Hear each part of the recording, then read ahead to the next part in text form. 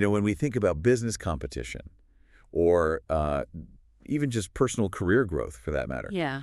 we usually default to this very specific, like deeply ingrained mental image. It's basically like being on a treadmill at the gym. Right, the classic treadmill analogy. Exactly. You're running, the belt is moving, and you look over to the person running on the treadmill right next to you, and you just think, okay, if I just run a little bit faster than them. Or sweat a little more. Yeah, or maybe if I upgrade my running shoes to something lighter, I mean, I am going to win. We are culturally conditioned to constantly try to build a better version of whatever already exists out there. A better smartphone, a better enterprise software platform, A better resume, a better feature set, totally. But the brutal, unavoidable reality of the treadmill is that no matter how fast you pump your legs, you're still fundamentally stuck in the exact same place. Right, you're not actually going anywhere. No. You are playing someone else's game on a machine they built, running at a speed they ultimately control. It is exhausting.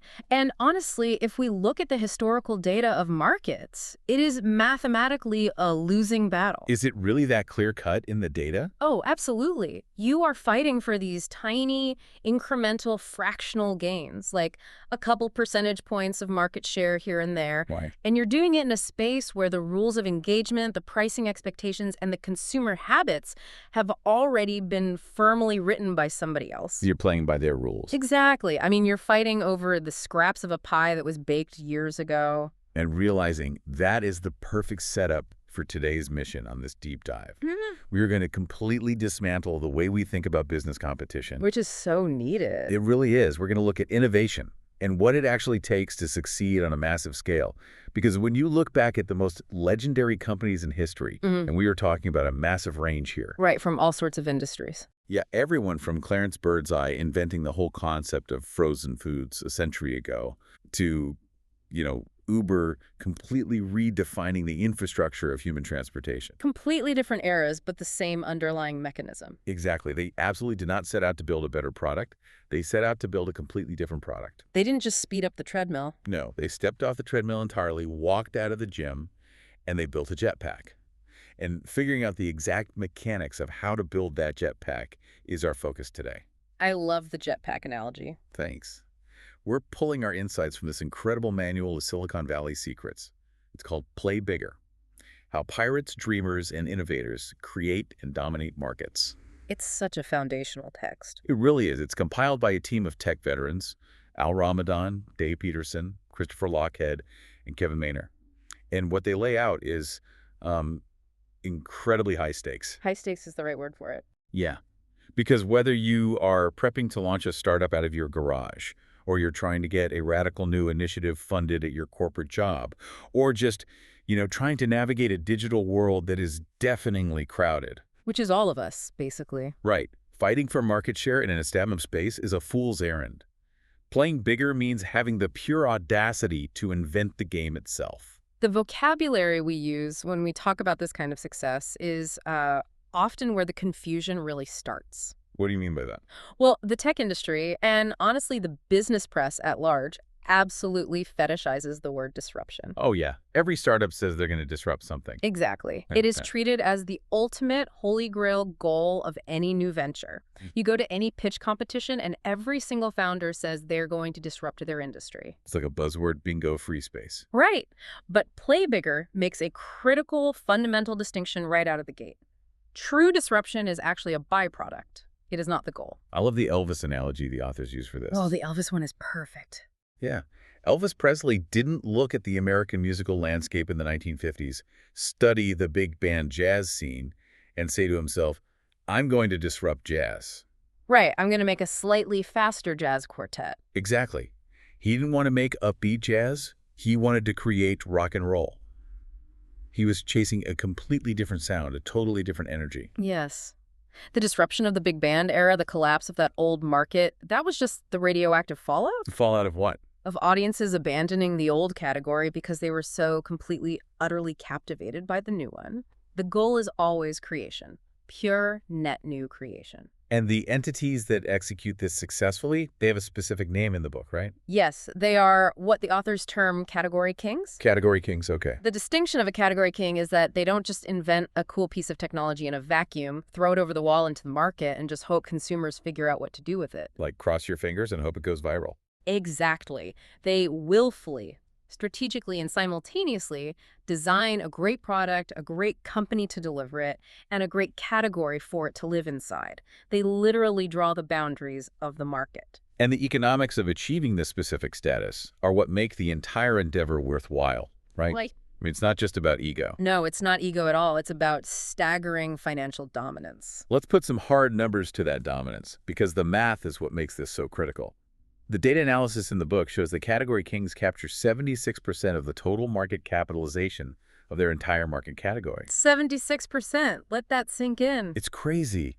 Think about what that actually means. If you have a pie representing all the money generated by a specific type of product, the category king takes 3/4 of the entire pie just for themselves. It is an extreme, brutal winner-take-all scenario. Totally. The category king gets the lion's share. The runner-up gets a tidy little slice, maybe 10 or 15%. Just enough to keep the lights on and pretend they are a rival. Right. And every other company, the 3rd, 4th, 10th, 50th place competitors, they are left violently fighting each other for the remaining crumbs in the tail end of the market. Which perfectly sets up the tragedy of Jawbone. Oh, man. Jawbone. If we look at the mythology of Silicon Valley, there is this deeply entrenched, almost romantic belief that the best product wins. Build a better mousetrap, and the world will beat a path to your door. Exactly. The idea is that if your engineering is flawless, if your industrial design is beautiful, the market will naturally recognize your genius and reward you. And Jawbone proves that wrong. Jawbone is the ultimate heartbreaking proof that this idea is a complete myth. Jawbone breaks my heart, honestly. We are talking about a company that had not one, not two, but 3 separate, massive, category-creating technological innovations. 3 massive ones. It's almost unheard of. Let's look at their timeline. First, right around 2007, they developed this unbelievable military-grade, noise-canceling Bluetooth headset. Originally developed for DARPA, right? Yes, for soldiers in tanks and helicopters. Jawbone miniaturized it and brought it to the consumer market exactly at the moment when states across the U.S. were passing laws mandating hands-free driving. Talk about perfect timing. It was the perfect storm of brilliant technology meeting a massive legislative shift in consumer behavior. And that was just their first innovation. Right. Second, they basically invented the entire portable Bluetooth speaker category with a device called the Jambox. Oh, I remember the Jambox. Before Jambox, if you wanted music at a picnic, you brought a heavy boombox or you played it out of your tinny phone speakers. Jambox changed the geometry of how we listen to audio. It was revolutionary. And third, they were poised to completely invent the wearable fitness tracker category with a beautifully designed device called the UP3. So by every single traditional metric of innovation, engineering, and product design, Jawbone should be a multi-hundred-billion-dollar company today. They absolutely should be. They had the elusive first-mover advantage every single time. They arguably had the absolute best, most aesthetically pleasing, most technologically advanced products on the market. So what happened? They completely catastrophically failed at category design. They built the product leg of the triangle beautifully, but they totally ignored the category. What that looked like in practice was them just tossing these brilliant DARPA-level products into the market and just letting the consumer figure it out. Which is a fatal mistake. They let the market treat their revolutionary noise-canceling headset as just another plastic earpiece. So a consumer walks into a Best Buy, goes down the mobile phone accessory aisle, and sees the Jawbone hanging on a physical pegboard right next to a dozen cheaper, inferior Bluetooth earpieces from Motorola or Plantronics. And the consumer has no idea why it's better. Exactly. The consumer has no framework to understand why the Jawbone is fundamentally different, so they just default to comparing prices.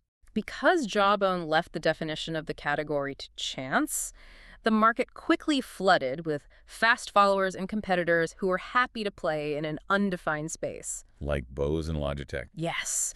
Bose and Logitech swooped in, utilized their massive existing distribution networks, and completely cannibalized the Bluetooth speaker market. Because Jawbone hadn't cemented the Jambox as the definitive crown jewel of a distinct new category. And then the fitness tracker space is where it gets truly devastating. It really is. Jawbone stumbled slightly on the manufacturing and release timeline of the UP fitness band. It was a minor delay. Just a small window. But in that window, a scrappy little company called Fitbit barged through the door. And Fitbit didn't just release a pedometer, they aggressively claimed the entire category of connected health and fitness. They defined the space. They defined what the device was, why you needed it, and how it fit into your life. Fitbit captured 68% of the market and became the undisputed category king. Dan Jawbone. Jawbone, despite all their brilliance, their military tech, and their beautiful design, eventually liquidated and vanished. I have to pause here and really push back on the underlying philosophy of this because it feels incredibly dark. I get that a lot when talking about this. Are we essentially telling brilliant engineers, creators, and inventors that their actual craftsmanship, the elegance of their code base, the physical beauty of the hardware they've sweat blood over for years ultimately matters less than the invisible marketing box it sits inside? It's a tough pill to swallow. If I'm an engineer listening to this, that feels like a deeply cynical, depressing pill to swallow. It sounds like we're saying the packaging is more important than the gift. It absolutely sounds cynical on the surface, and I completely understand the visceral rejection of that idea by anyone who prides themselves on building great things. Right. It feels fundamentally unfair. It does. But if we dig into why that invisible box matters so much, we realize it has nothing to do with cheap marketing tricks, spin, or corporate cynicism. What is it about then? It is fundamentally about human neuroscience. We have to look at how the human brain actually processes information, specifically in the modern commercial environment. Which is vastly different from anything our brains evolved to handle, I imagine. Vastly different. Let's go down that neuroscience rabbit hole because the landscape really has shifted underneath us. The sources point out that back in the 1970s and 80s, when classic marketing textbooks like Positioning by Rees and Trout were written, launching a new product took millions and millions of dollars. It was a massive undertaking. You had to physically manufacture goods, negotiate for physical shelf space at retail stores, and buy incredibly expensive national television advertising to tell people about it. The barrier to entry was massive. So there were naturally fewer choices. Today, we're living in the mobile social cloud era. The cost of launching a new software product or even spinning up a direct-to-consumer physical product via overseas manufacturing has plummeted. From millions of dollars to mere thousands. The direct result of that plummeting barrier to entry is an absolute deafening cacophony of choice. For every single conceivable problem you have in your life or your business, there are suddenly hundreds of startups popping up overnight offering a solution. That's overwhelming. It is. Now think about the human brain. It consumes roughly 20% of our body's caloric energy just to function. Just baseline functioning. Right. So evaluating 100 different project management software tools, comparing their features, their pricing, their UI, that takes massive cognitive processing power. The brain simply does not have the caloric energy or the time to meticulously evaluate every single option on a spreadsheet. It views that kind of complex decision-making as a literal threat to its energy reserves. So the brain copes with this overwhelming noise through cognitive biases. It desperately seeks shortcuts to make a safe decision quickly. Exactly. And the sources highlight 3 specific cognitive biases that make category design not just a neat trick, but an absolute biological necessity. The first is the anchoring effect. The anchoring effect dictates that the very first company to clearly define a new problem and present a coherent solution anchors our entire psychological expectation for what that solution should look like. It anchors how it should function and what it should cost. Yes. They become the baseline, the standard. If you launch your product second, even if your product is objectively faster or has more features, you aren't evaluated on your own independent merits. You are evaluated entirely on how you compare to the anchor. Precisely. You force the consumer's brain to do comparative math, which it hates doing. The second bias is the choice supportive bias, and this one is wild to me because it shows how irrational we actually are. Oh, we are deeply irrational. Once we finally make a choice and commit our dollars or our company's workflow to a specific category king, we irrationally defend that king as the absolute best option, even if a demonstrably superior technology comes along 6 months later. We retroactively attribute positive qualities to our decision purely because we made it. To switch to a new product requires admitting that our initial choice was wrong, and the ego hates cognitive dissonance. It fights it tooth and nail. If I just spent 6 months integrating Salesforce into my company, and you show me a slightly better CRM, I will actively ignore your data because acknowledging it makes me look foolish for my previous decision. That bias completely explains why having a better technology rarely unseats an entrenched king. The friction of switching isn't just financial, it's psychological. Wow. And finally, the most powerful shortcut of all is the groupthink bias. Human beings are pack animals. Right. From an evolutionary standpoint, wandering away from the herd usually meant getting eaten by a predator. We feel fundamentally safe in the herd. The MRI studies the sources mentioned regarding groupthink are just mind-blowing. They are fascinating. When a person holds an opinion or makes a choice that differs from the surrounding group, the brain literally produces an error signal.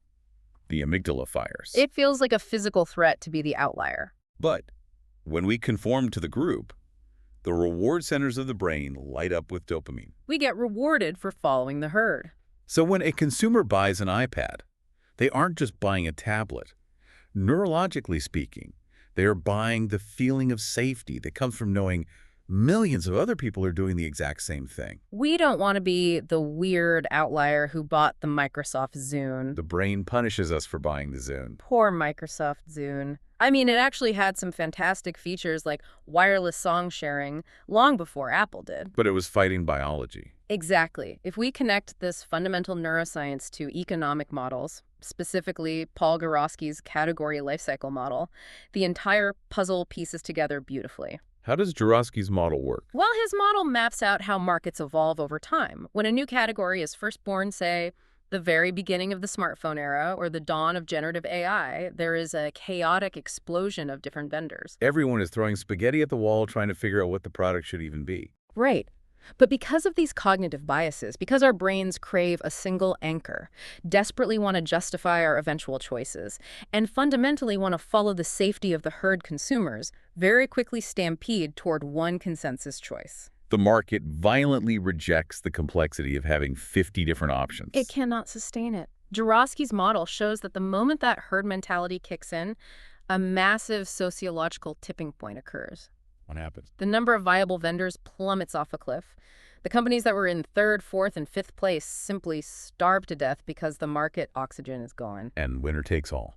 And simultaneously, the value of the chosen category king absolutely skyrockets, capturing that 76% of the economics we talked about earlier. So synthesizing all of this, if our brains are biologically hardwired to pick one single winner just to reduce the caloric drain of decision fatigue, does that mean a company's main job isn't actually to sell a product? That's the million-dollar question. Is their main job simply to make it as easy as possible for our lazy, overwhelmed brains to categorize them? That is the exact paradigm shift the authors are pushing. You have to do the cognitive heavy lifting on behalf of the consumer. You have to build the conceptual box. Yes.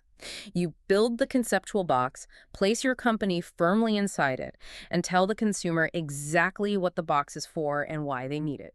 Because if you build a brilliant product but leave it up to the consumer to figure out where it fits in their life, their brain will take the path of least resistance. They will jam you into a pre-existing box where a category king already reigns supreme. And you will be evaluated as a lesser-than version of that king. And you will lose. Okay, this brings up a logistical question. If the brain needs this shortcut, and we are talking about changing the habits of millions of people, I mean, it takes time for an entire population's brains to physically rewire and accept a totally new category. It doesn't happen overnight. Right. You don't just declare a new category on a Tuesday and have global adoption on Wednesday. Exactly how much time does that societal rewiring take? It's a great question. Because the sources dive into some heavy data science here to find the answer, which they call the 610 law. The 610 law is one of the most actionable pieces of data in the entire book. How do they figure it out? The authors conducted a massive data science analysis of thousands of tech startups founded between the year 2000 and 2015. That's a huge data set. It is. They looked at when these companies went public, their IPOs, and how much post-IPO value they subsequently created. And what did they find? What emerged from the data was a massive, undeniable sweet spot. The companies that created the most massive, enduring value, the true category kings, almost universally went public when they were between 6 and 10 years old. Not 3 years old, eager to cash in quickly. No. Not 15 years old, after a decade and a half of slow grinding. Nope. Between 6 and 10. And the reason for this incredibly consistent window is deeply tied to the neuroscience we just unpacked, right? Yes. It literally takes 6 to 10 years to condition a market at scale. It takes that long to educate the public, to change their baseline thinking, to alter their daily behavioral habits. And to build the surrounding ecosystem of partners and developers, it takes 6 to 10 years for the category to mature to the point in Jurowski's model where the lines cross. Where the chaotic noise of early competitors drops off. Exactly. Where the herd mentality fully sets in and the category king's financial value explodes. If you try to harvest the category too early, before the public brains have rewired, you leave billions of dollars on the table. You do. So during that massive 6 to 10-year incubation period, what exactly is the aspiring category king doing? Well, they obviously aren't just sitting around in an office waiting for society's brains to slowly rewire themselves. Right. The sources outline a specific operational framework called the Magic Triangle that these companies are furiously building during that decade. The Magic Triangle dictates that there are 3 distinct elements that a company must design, build, and scale simultaneously: What are the 3? product design, company design, and category design. And the fatal mistake most companies make is treating these sequentially, isn't it? Yes. They think, we will build the product first, then we'll build a company around it, and then our marketing department will figure out the category. But the triangle requires that all 3 feed into and shape each other from day one. Absolutely. Let's get away from the cliche of calling it a 3-legged stool. Good idea. Let's use a more dynamic metaphor. Building a category king is like building an internal combustion engine. Okay. I like where this is going. Your product design is the fuel. It's the combustible material, the core technology that actually does the work. But if you just pour fuel on the ground and light it, you just get a useless, dangerous fire. Right. You need containment. So you need company design, the business model, the culture, the distribution network. Yeah. That's the heavy engine block that contains the explosion and directs the energy. Makes sense. But even with fuel and an engine block, you aren't moving anywhere without category design. The category design is the transmission. Oh, that's good. It's the mechanism that takes the raw power of the product and the company and actually applies it to the road, dictating how the market experiences the motion. If any one of those 3 pieces is missing or misaligned, the vehicle doesn't move. You just sit in the driveway revving the engine. Exactly. That is a phenomenal way to visualize it, and we can see this engine metaphor perfectly illustrated by Google. How so? People have this deeply entrenched misconception that Google won the search engine wars simply because their search algorithm was better than Ask Jeeves or Alta Vista or Lycos. That is the myth of better striking again, trying to rewrite history. Exactly. The reality of their product design was that they invented a completely new category of search based on PageRank. Treating hyperlinks between websites like votes of confidence rather than just scanning for keywords. Right. That was the high-octane fuel. But they didn't become a category king, and they certainly didn't capture the massive economic dominance they have today until they executed the company and category design around AdWords. Before AdWords, search engines tried to make money by selling banner ads, just like a magazine. Google created a revolutionary paradigm of intention-based advertising. You only saw an ad for running shoes if you were actively searching for running shoes. That aligned their company's revenue model perfectly with their product's capability. And they completely defined the category of digital search advertising that built the entire engine. Another amazing example of the Magic Triangle operating in real time is the story of VMware. Oh, VMware's a wild story. This is early 2000s.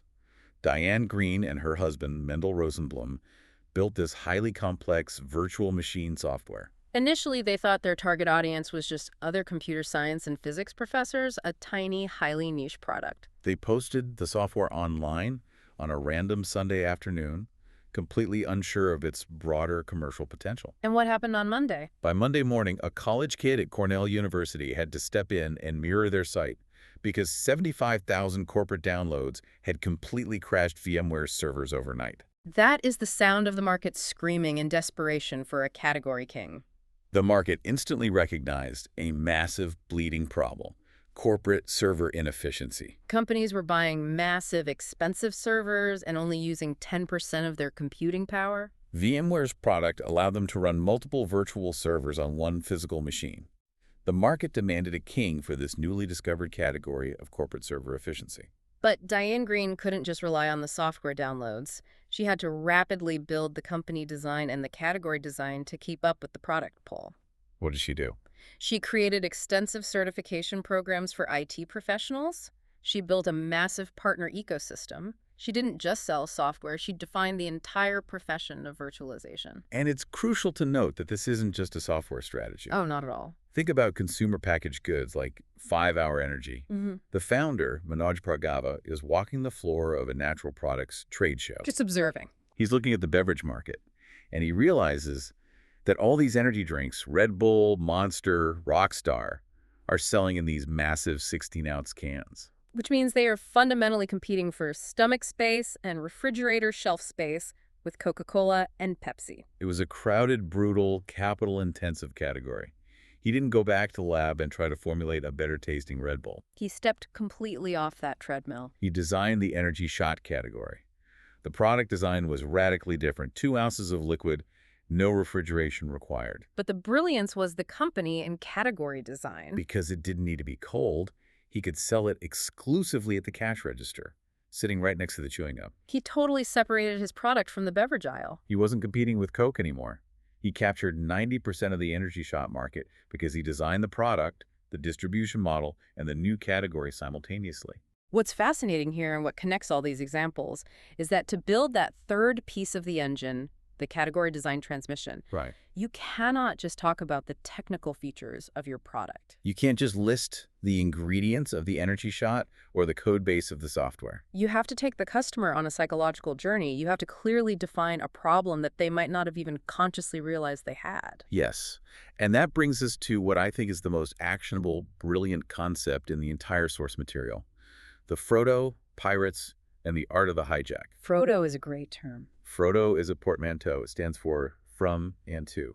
It represents the specific cognitive journey you are forcing the market to take. You have to meticulously condition the world to move from an old, broken way of thinking to a new, liberated frame of reference. You have to define, market, and evangelize the problem long before you ever try to sell your specific solution. Because the iron law of category design is whoever frames the problem best automatically wins the right to provide the solution. And if we want a masterclass in how to execute the Frodo, we have to look at what Mark Benioff did with Salesforce in 1999. It is pure, ruthless, theatrical genius. It really is.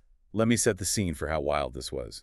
In 1999, the enterprise software market was an absolute oligarchy, dominated by a massive company called Siebel Systems. They were the undisputed king of customer relationship management, or CRM. But the reality of Siebel's software, the from in our equation, was that it was a nightmare. It was incredibly expensive, costing millions of dollars up front. It required companies to buy and maintain massive on-premise server farms just to run it. And it was notoriously complex. I mean, a standard installation could take 18 months of grueling consulting work before a single salesperson could use it. That was the agonizing from. So Benioff enters this arena with Salesforce. His product is cloud-based, it's sold on a cheap monthly subscription model, and you can access it instantly through a standard web browser. That is the But Benioff understood category design.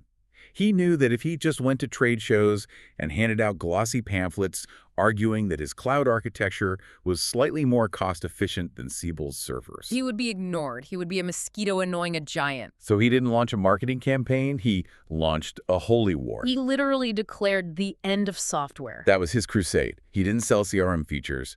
He sold liberation from the tyranny of massive software installations. And the tactics he used to hijack the narrative were legendary. He actually hired a troupe of actors to stage fake, aggressive protests outside of Siebel Systems' massive customer conferences. He had these actors carrying picket signs demanding the end of software. He called the local police to report his own fake protest, ensuring that news helicopters and journalists showed up to cover the chaos. That is bold. He created a logo that was simply the word software inside a Ghostbuster-style red circle with a slash through it. He made Siebel Systems the lumbering, oppressive establishment villain. And he positioned Salesforce as the swashbuckling, agile pirates storming the castle gates to free the users. The psychology behind this specific type of category hijack is deeply weaponized. Oh, so?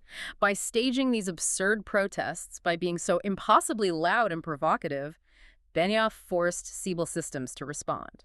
The media asked Siebel executives about the protests, and the executives arrogantly started publicly dismissing Salesforce as a toy. Saying the cloud would never work for real enterprises. But the moment the reigning king acknowledges the pirate The pirate is instantly validated in the eyes of the market. Siebel effectively broadcasted to the entire industry. Yes, this whole cloud CRM thing is a distinct, real category, and Salesforce is our main rival within it. Benioff used Siebel's massive lumbering gravity to pull his tiny startup up into the stratosphere.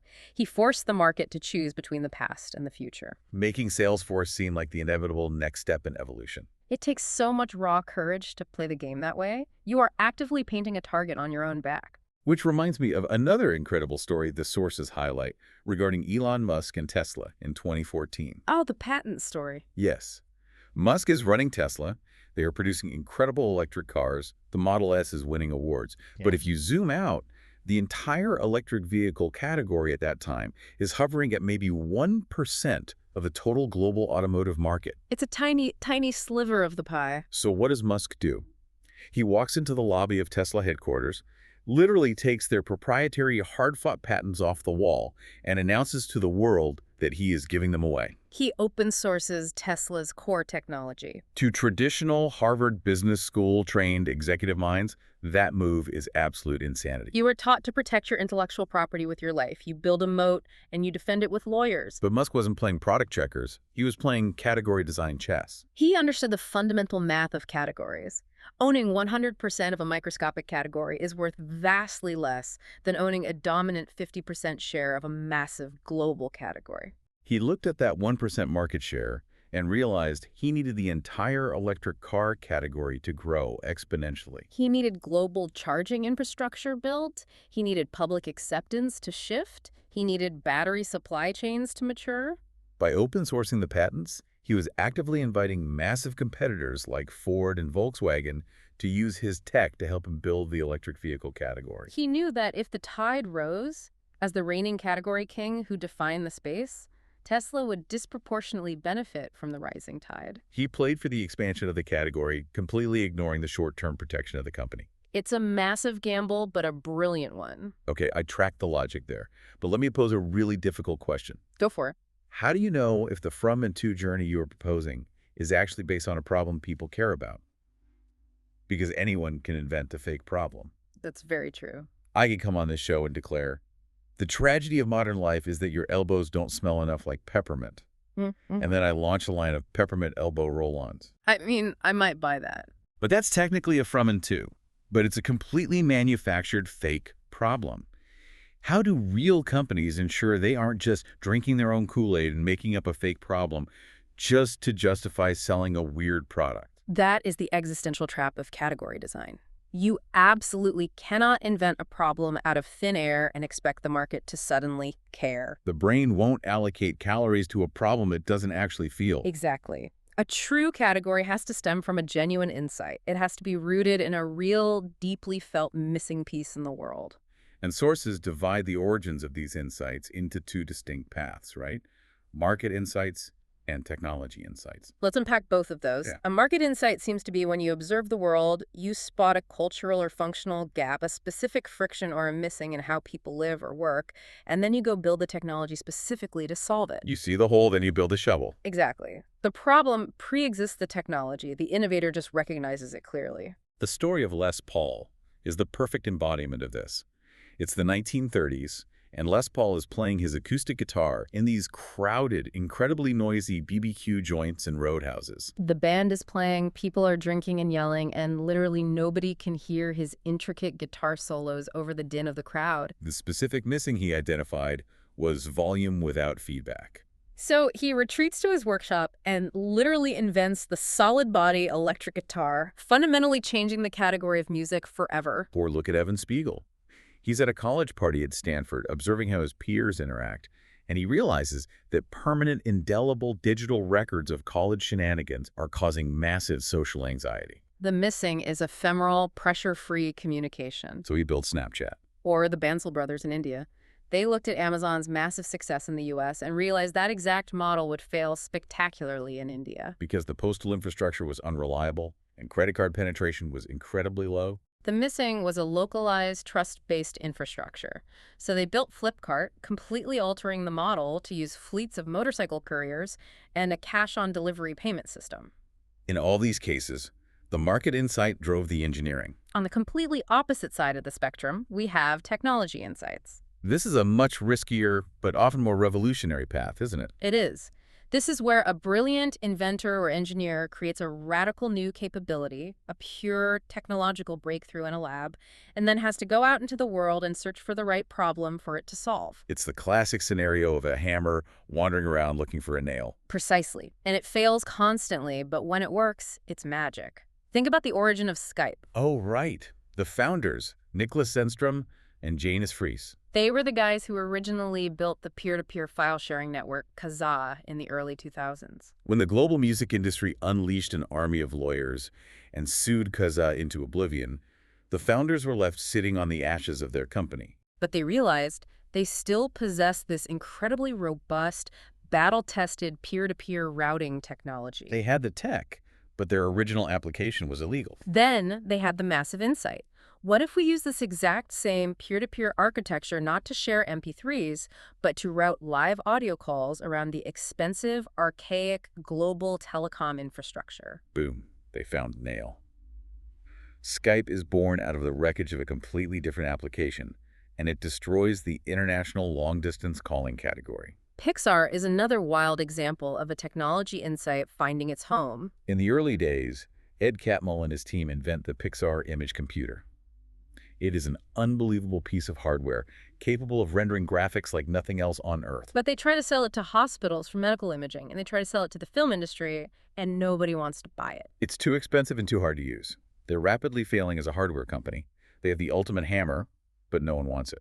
Then, John Lasseter, an animator they had hired, basically says, hey, instead of trying to sell the computer to other filmmakers who don't understand it, why don't we just use it ourselves to make our own fully computer-animated movie? The technology insight finally found its perfect category. They made Toy Story, and they redefined cinema. To help modern entrepreneurs figure out if their specific insight, whether it's born from the market or the tech, can actually support the weight of an entire category, the sources detail a rigorous vetting process. Used by Silicon Valley investor Dave Peterson.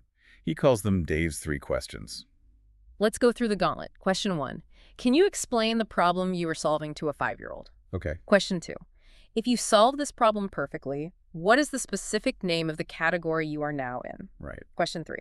If you absolutely dominate and win 85% of that category, how big is the actual economic potential? It is a ruthless, unforgiving filter. The second and third questions force founders to confront the actual financial reality of their market size. But it's the first question that trips almost everyone up. It immediately strips away all the industry jargon, the acronyms, and the buzzwords, and forces the entrepreneur to articulate the pure essence of the problem. I am going to push back hard on that first question, though. Really? Why?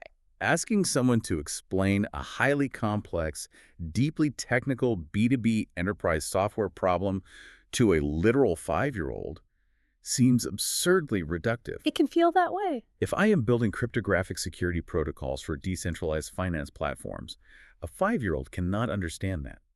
Doesn't this rule force tech companies to dumb down their value proposition to the point of meaninglessness? Some problems in the world are just inherently, unavoidably complex. It is a totally valid pushback and a trap many founders fall into. But the goal of the 5-year-old rule is not to dumb down the underlying technology. It's to clarify the human narrative. So it's about this story. It's about finding the core friction you are removing from a person's life. Because the neurological data shows, time and time again, that human beings, even highly technical, PhD-holding B2B software buyers sitting on procurement committees, do not remember lists of technical specifications. They do not retain bullet points on a slide. They remember stories. They need a narrative framework to hang those complex facts onto. If you cannot explain the fundamental human friction you are solving in simple analog terms, you don't have a clear category, you just have a pile of features. Which perfectly brings up the story of origami logic. This is a consulting deep dive from the book that perfectly illustrates the agonizing struggle of finding that simple narrative. Here you have a startup founded by brilliant ex-Israeli intelligence officers. They've built an incredibly powerful, complex software engine that pulls in massive, disparate streams of marketing data from a dozen different platforms and synthesizes it. But when they go out to pitch venture capitalists or chief marketing officers, they describe themselves as being a marketing tech company. Which is an absolute disaster of category design. Marketing tech is not a category. It is a chaotic, deafening swamp. There are literally thousands of companies crammed into that space, all screaming over each other. If you say you are in marketing tech, the buyer's brain immediately shuts down and assumes you are just another incremental analytics dashboard. Right. So the founders go through this grueling multi-day consulting process with the Play Bigger authors. They are locked in a room, whiteboarding, arguing, throwing out ideas, getting frustrated. The authors keep pushing them. What is the actual problem you solve? And finally, they realize they aren't just selling faster analytics. The human problem is that modern marketers are absolutely drowning in a tidal wave of data, but they're starving for actual, actionable clarity. They are getting noise, not signals. So they eventually define and name their new category as marketing signal measurement. It changes everything. It sounds authoritative. It sounds necessary. They are no longer one of 1,000 generic tech vendors. They are the sole defining pioneers of signal measurement. They changed the words, and they changed the trajectory of the company. And Airbnb went through a very similar, near-fatal existential crisis regarding their narrative. Most people know the origin story. Brian Chesky and his co-founders started by literally renting out air mattresses on the floor of their San Francisco apartment because all the hotels were booked for a design conference. For the first few years of their existence, they honestly thought their category was just being a quirky marketplace for cheap alternative space. But as they tried to scale, they hit a wall. They realized that if they just sold cheap space, they were putting themselves in direct, incredibly unfavorable competition with the entire global hotel industry. An industry that had massive loyalty programs, standardized quality, and billions in marketing. They were running on a treadmill they fundamentally could not win on. Marriott will always be better at selling standardized space than a guy renting his spare bedroom. Exactly. So they had to elevate their insight. They had to look deeper at what their users were actually experiencing. They realized the true missing they were providing wasn't just a cheaper bed, it was a feeling of belonging. It was the desire to experience a foreign city like a local, to stay in a real neighborhood instead of a sterile tourist district. They completely shifted their category definition from alternative lodging to community-driven hospitality. That shift in the story, that new framing of the problem, completely changed how investors valued them, how hosts behaved, and how guests viewed the entire experience. They stopped competing with hotels and created a category where they were the only king. Which perfectly leads into the next massive hurdle. Once you have that brilliant insight and you have finally identified the name of your category, you have to formalize it. You have to craft what the sources call a point of view, or a POV. And they are extremely adamant that a POV is not an elevator pitch. It is not a catchy marketing slogan you slap on a billboard or a tote bag. A true POV is the fundamental articulation of your company's entire strategy, and it must be written with the dramatic, emotional arc of a movie trailer. And this requirement for a dramatic arc caps right back into the biology of storytelling we touched on earlier. The sources heavily reference research by neuroeconomist Paul Zak. He ran extensive studies on how the brain reacts to different types of information. He found that character-driven narratives, stories with a clear conflict and resolution, physically trigger the release of oxytocin in the brain. Oxytocin is the empathy chemical. It builds trust, connection, and a willingness to cooperate. A well-crafted POV literally changes the neurochemistry of your audience. A sterile PowerPoint presentation full of ROI calculations and bullet points simply cannot trigger that chemical release. A great POV has a specific structure. It has to clearly declare the existing problem in the world, making the listener feel the pain of the current state. Then it has to paint a vivid, inspiring vision of a better future state. And finally, it must establish your company and your new category as the sole necessary bridge between the pain of today and the promise of tomorrow. But what's crucial is that a POV isn't just external marketing fluff for customers. The POV becomes the internal operating system of the company. It dictates who you hire, which investors you allow on your cap table, what specific features your engineering team builds, and what your corporate culture looks like. Let's look at a historical masterclass in POV execution palm computing and its founder, Jeff Hawkins. In the early 1990s, the entire concept of a handheld computer was a well-known graveyard. Tech giants had poured billions into it. The Apple Newton, the Wigo EO, they all launched and failed spectacularly. And they failed because their unwritten POV was that a handheld device should just be a fully functional standalone desktop computer shrunk down to fit in your hand. Because of that POV, the devices were too big, too slow, their batteries died in an hour, and they cost a fortune. So Jeff Hawkins surveys this graveyard, and he sits down and writes a POV for the Palm Pilot that is radically, almost painfully restrictive. He decrees that the Palm Pilot must fit perfectly in a standard men's dress shirt pocket. He literally cut blocks of wood to that exact size and carried them around to prove the form factor. He decreed it must cost under $300, making it an impulse buy rather than a capital expense. And critically, his POV stated that the device was not a standalone computer. It was merely an accessory to a desktop PC, designed only to sync calendar and contact data. That written POV acted as an absolute ironclad filter against feature creep, which is the death of most tech companies. When his own engineers would come to him and say, Jeff, we can add a bigger color screen, or we can put a faster processor in it, Hawkins would point back to the POV. Does the bigger screen fit in the shirt pocket? Does the faster processor keep it under $300? If the answer was no, the feature was ruthlessly killed. He even went so far as to invent the graffiti handwriting script. The Apple Newton failed because it tried to teach its software to read messy human cursive, which required massive computing power. Hawkins' POV dictated that the device had to be fast and cheap, so he reasoned it was mathematically easier to train a human being to draw specific, simplified strokes than it was to train a cheap 1990s microchip to read cursive. The POV forced him to invent a new alphabet. It's brilliant. The POV becomes the constitution of the company. It settles every argument.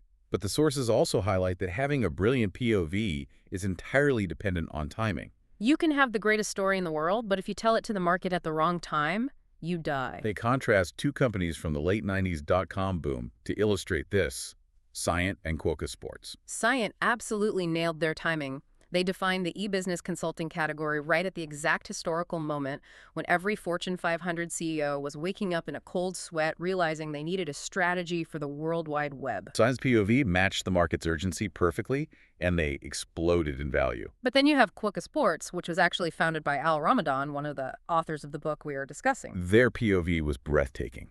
They defined a category called immersive digital sports. Their vision was to stream live biometric data, telemetry, and multiple camera angles from extreme sports like around-the-world sailing races and the Olympics directly to fans' computers. It was a beautiful, prescient vision of exactly how we consume sports today. But they launched in the late 1990s, the era of 56K dial-up modems. The physical broadband infrastructures simply did not exist globally to deliver their vision. Their POV was perfect, but their timing was a decade too early. They burned through their capital waiting for the world to catch up, and they went bankrupt. Yeah.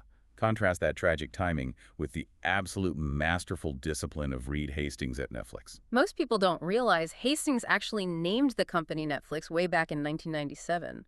The name itself declares the ultimate POV movies streamed over the net. He knew the endgame was streaming. But he also looked at the infrastructure and knew the broadband capacity wasn't there yet. If he launched streaming in 1997, it would be a buffering nightmare and the category would die. So he intentionally crafted a temporary Trojan horse POV DVDs delivered by mail with no late fees. He used that intermediate category to build a massive subscriber base, perfect his recommendation algorithm, and build out his logistics network. He waited nearly a decade, biding his time, until the broadband infrastructure finally caught up. And only then did he fully unveil his true streaming POV. That is the discipline of a category king. Another crucial, often overlooked function of a strong POV is its ability to repel. Everyone thinks marketing is just about attracting people. But a truly great POV is inherently polarizing. You should attract the true believers with magnetic force, and it should actively, intentionally repel the people who don't fit your vision. If everyone agrees with your POV, it's probably too bland to create a category. Look at Jeff Bezos' famous 1998 letter to Amazon shareholders. Oh, this letter is a foundational text of category design. Amazon is newly public, Wall Street is scrutinizing them, and Bezos basically writes, "Listen to me clearly. We are going to make bold, massive, long-term investments. We are going to prioritize market share and infrastructure over short-term profitability.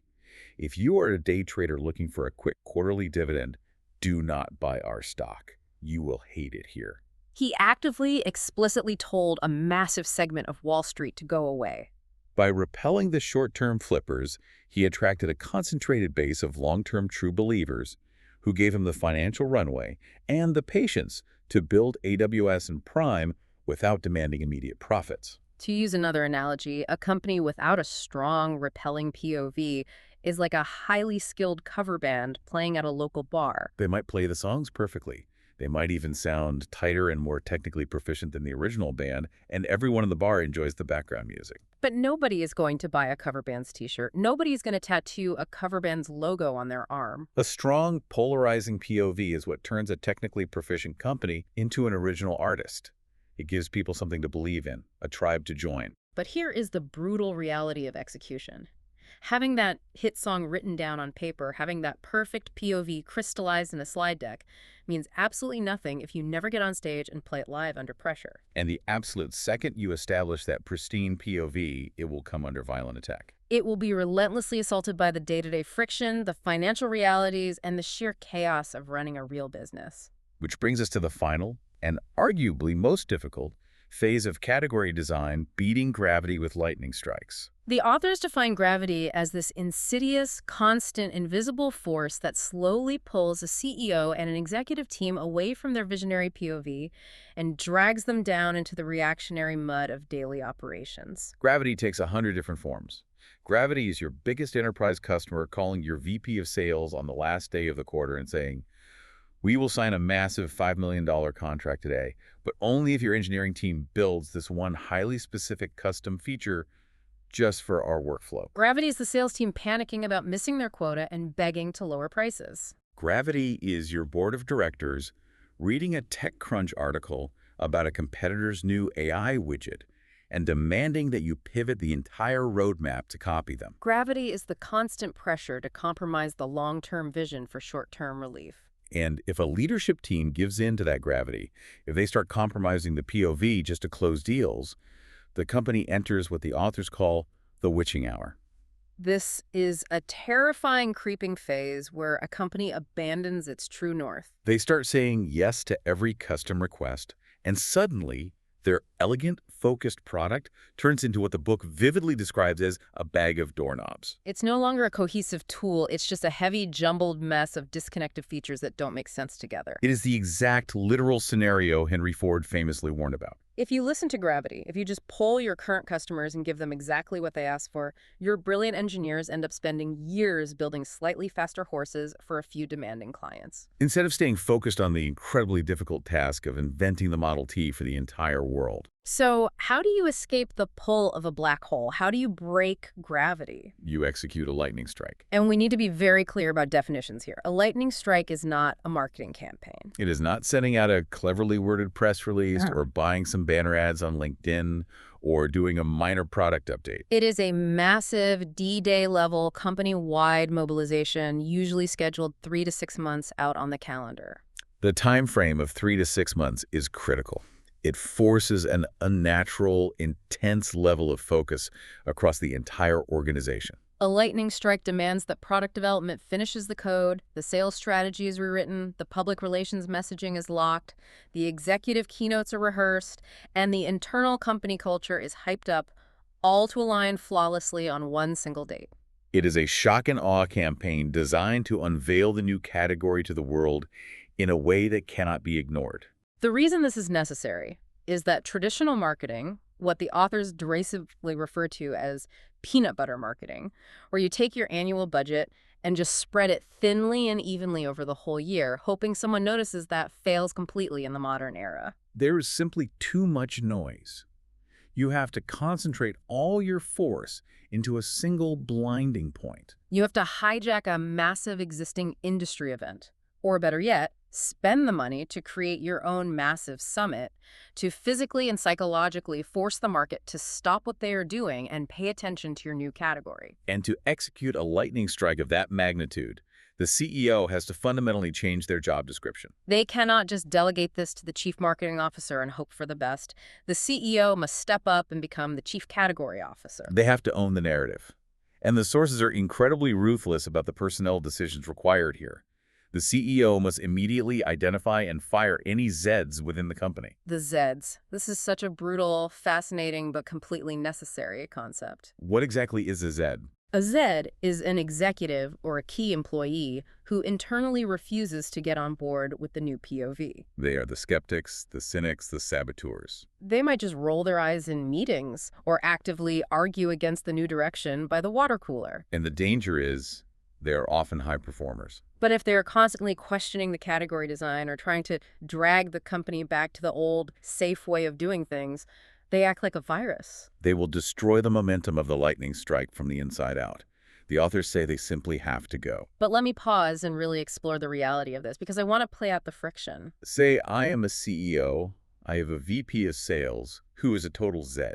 He thinks the new category is stupid. But he is personally responsible for bringing in $5 million in revenue every quarter under the old product model. According to this framework, I'm supposed to fire my biggest rainmaker right before a massively expensive lightning strike. How does a board of directors even allow a CEO to do that? The psychological burden of that decision is immense. It sounds incredibly, almost irresponsibly risky.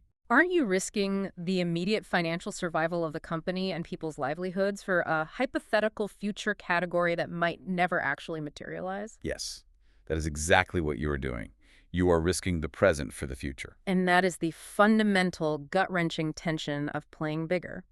It is absolutely not for the faint of heart, and it is why most companies fail to do it. Category creation requires the almost irrational, steadfast courage to look a paying customer in the eye or a top-performing salesperson and say no to their money today in order to secure a monopoly on tomorrow. If you play it safe, if you keep the Z because you need their quarterly quota, if you try to please everyone, you instantly default back to the treadmill. You become the cover band. The board might fight you, the market might doubt you, but the CEO has to hold the line of the POV. It is a phenomenal framework for understanding why the giants of our era are giants, and it reframes everything we think about innovation. The ultimate takeaway for you, the listener, is clear whether you are writing code for a new SaaS app, designing a physical piece of hardware, or trying to launch a new service initiative inside a massive, slow-moving corporation. If your primary strategy relies on proving to the market that you are marginally better, slightly faster, or 10% cheaper than the existing competition, you are already losing a game you didn't know you were playing. You must find the courage to name the specific problem, name the entirely new space that solves it, and declare yourself the reigning king of that space. But I want to leave you with one final, deeply personal, provocative thought.